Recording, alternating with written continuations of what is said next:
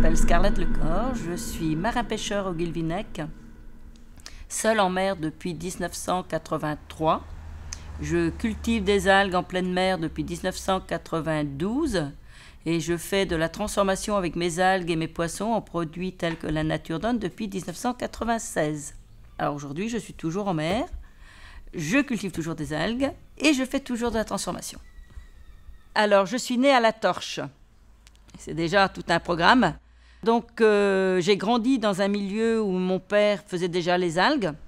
Donc, quand j'étais petite fille, on accompagnait nos parents partout, tout le long de la côte, à récolter les algues.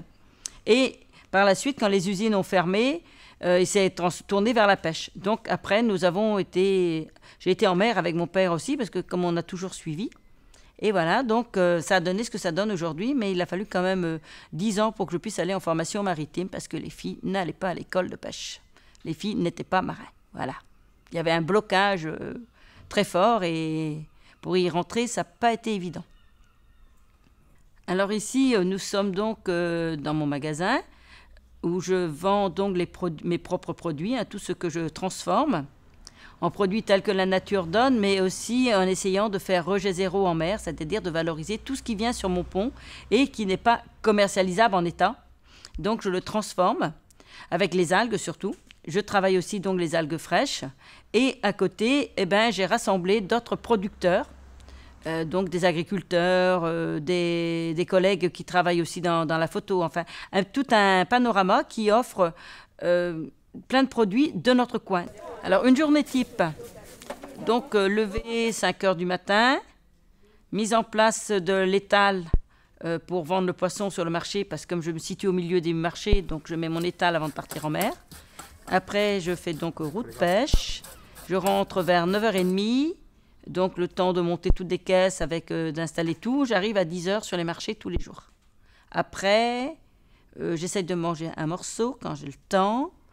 Et l'après-midi, donc je reviens, donc il y a les comptes, les papiers, et tout ça, et surtout, ouvrir le magasin à 15h. Et je repars souvent en mer, c'est mon petit jeune qui prend la suite un petit peu.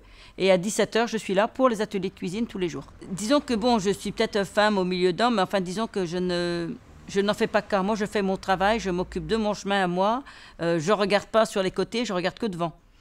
Donc ceux qui ne sont pas contents, tant pis pour eux, de toute façon, parce que j'ai en plus été élue par les hommes aux responsabilités professionnelles, donc dans le monde maritime, aux postes locaux, mais aussi aux postes régionaux, nationaux et internationaux.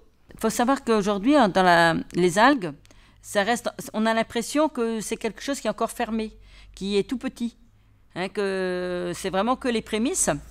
Or, il faut quand même savoir que le Finistère est la 4e région au monde en production d'algues, que c'est un chiffre d'affaires supérieur à la pêche, que c'est quelque chose qui est générateur de, je ne dirais plus le nombre d'emplois, mais c'est quand même assez impressionnant, et que c'est quelque chose qui est méconnu quand tout le monde en France mange 1,5 kg d'algues par an et par personne, en France et en Europe, sans le savoir.